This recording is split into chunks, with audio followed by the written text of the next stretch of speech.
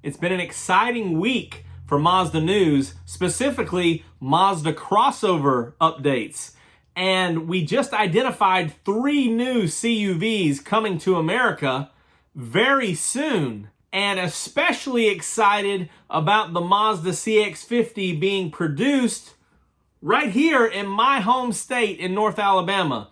What I did not expect is to have a little bit more confirmation on what this new CX-50 was going to look like, and that's what we're covering today. So, stay tuned. More car vids. More car vids. The Japanese Hatena blog, which is Smooth and Mazda, a memorial blog about Mazda, is killing it with updated patent information specifically about the CX-50. So as we take a look here, Mazda has actually released 87 new patents pending today on a Monday. And so more information coming apart across the web overseas. And as you can see, this is very similar, and I love what this blog has done in breaking down the comparisons from the vehicle we saw in California earlier this year to these patents. So as we jump in here, you see this is the front grille, supposedly, of the CX-50, and we'll do some comparisons on that in just a minute. Now, one thing I didn't notice early on is, of course, these patents are breaking down all types of these numbers and different locations and different items, which is hard to see exactly what they're all about. But it breaks it down to say that the first part will cover the contents that may be related to the SUV CX-50 for North America, which is a small product group that Mazda announced the other day. Of course, our big news last week of the 3 new, globally, several new crossovers, but 3 specifically for North America. And as you can see, there's a couple of different cases here, but as we drill down into this front new grille, a little bit more rugged looking, a little bit more off-road spirit in this design. And specifically, what I didn't realize before is the front hood portion on that front top grille. The color keyed portion is not touching with the new signature wing style. And you can see from this breakdown in patents here that this is all about air management or wind flow. So it's actually creating vortexes there. These are vortex generators between that gap to tighten in the bubble around the vehicle, which means that if there's a big bubble, you could bounce as you're going down the road between that. Also, if you pass by or a semi, you can feel that their bubble hits your bubble, and that's when you feel that little boost. So what these vortex generators do is tighten that pocket around the vehicle, hugs around the vehicle for better driving dynamics and stability. And right up front, we're going to have those vortex generators, and then we'll see in just a minute how it ties into the rear of the vehicle. So a lot going on from this new grille, and you can see several of the different design elements.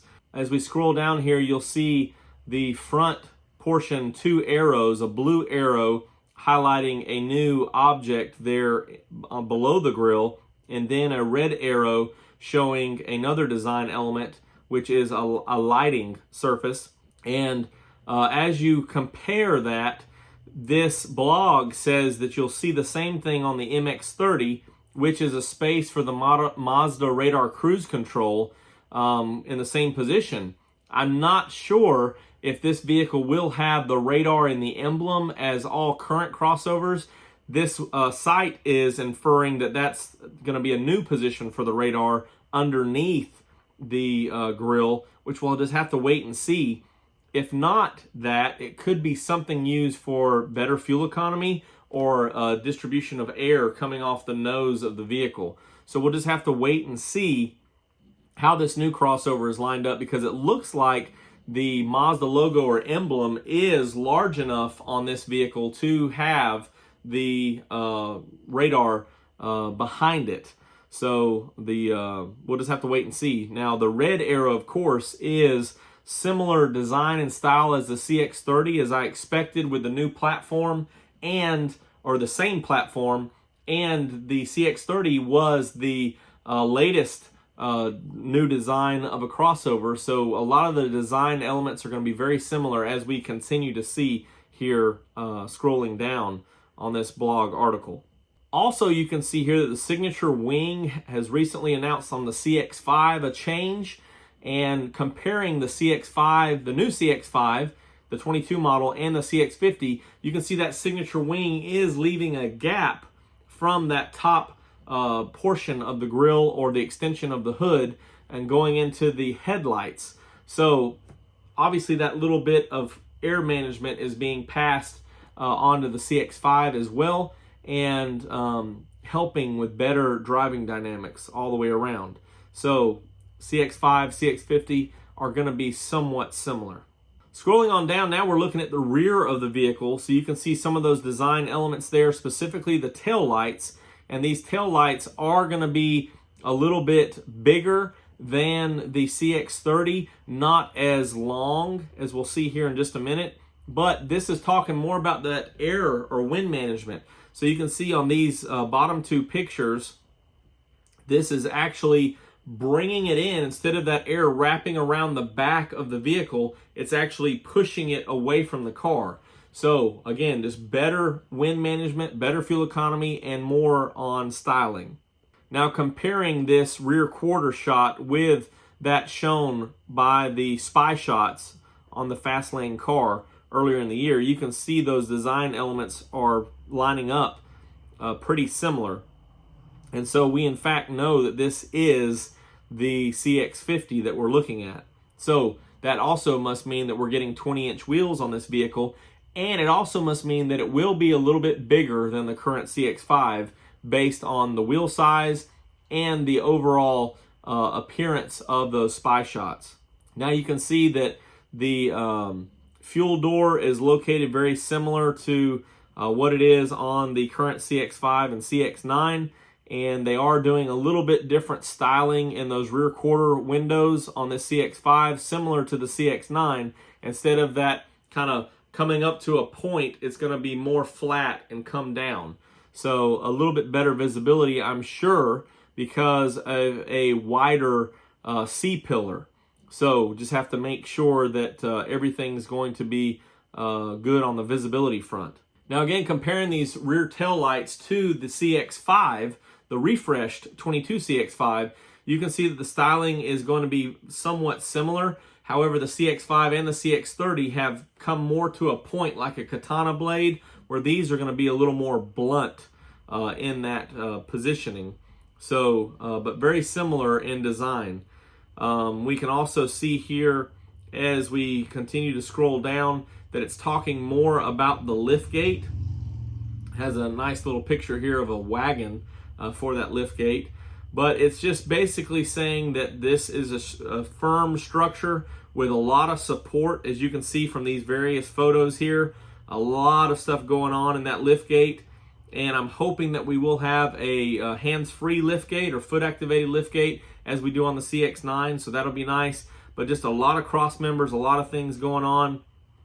Basically, summarizing the purpose here of this liftgate is just to be lifting from the top and from the viewpoint of the ride quality. The back door does not deform due to road surface vibration during vehicle running. So it's just going to increase the overall quiet ride and give you the support that you need. And it's just a new design for a new body of a vehicle. Now here's a tail-on view of the new lights compared to the CX-30, and you can see in these two that it's going to be not more of a blunt sword tip instead of that longer area, but it does also line up differently than the CX-30 as we've seen in those spy shots. Again, confirming that this is in fact the CX-50 that was in California. So the top of those tail lights is lined up with that body line, as you can see in this picture here, that they share. I really love this blog, and I'm going to have to start following it and hone in some of my Japanese language skills. Okay, so that wraps up this blog article and all this information we have. Excited that we've unknowingly, although we were supposing that it was the CX-50, but excited to know that we have seen a little bit of what it looks like, especially a little bit larger with that robust rear fender. And I think that's kind of what's given it its more rugged off-road look. So excited as we have more information coming towards the big reveal around the middle of next month. So we've got a lot of time between now and then, a lot more information. And as you can see, it's coming from all over the world now, as this has got big attention from Mazda of identifying new crossovers coming around the world. If you have any questions or comments on this, I will link up this blog article down below, and most of your browsers will translate it automatically or have that capability so that you can read through it as well. But it will be linked up below, and you can always comment below what you think about this new CX-50. I'm all in and excited about it, and really just kind of curious what type of packages we will have, if it will follow more so the CX-30 package style trims, or if it will still follow the CX-5. I think it will be more like the CX-30, and I'm excited about that as they've transitioned that way. So we'll have to wait and see. And of course, there's still that question about powertrain. Will we see some new engine availability, electrification, or transmissions? Or is it going to be similar to the CX-5 as we know it right now? Will we see turbo engines, or will it just be naturally aspirated? I think we'll have to see some turbo engines, but maybe just in the top tier vehicles. We'll have to wait and see.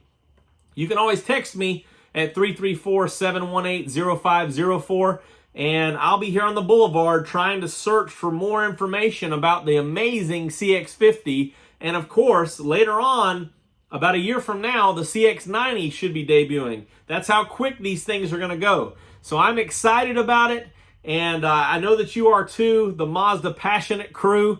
So let's have a conversation in the comments below, and I'll be here on the boulevard, and I'll see you on the next one. More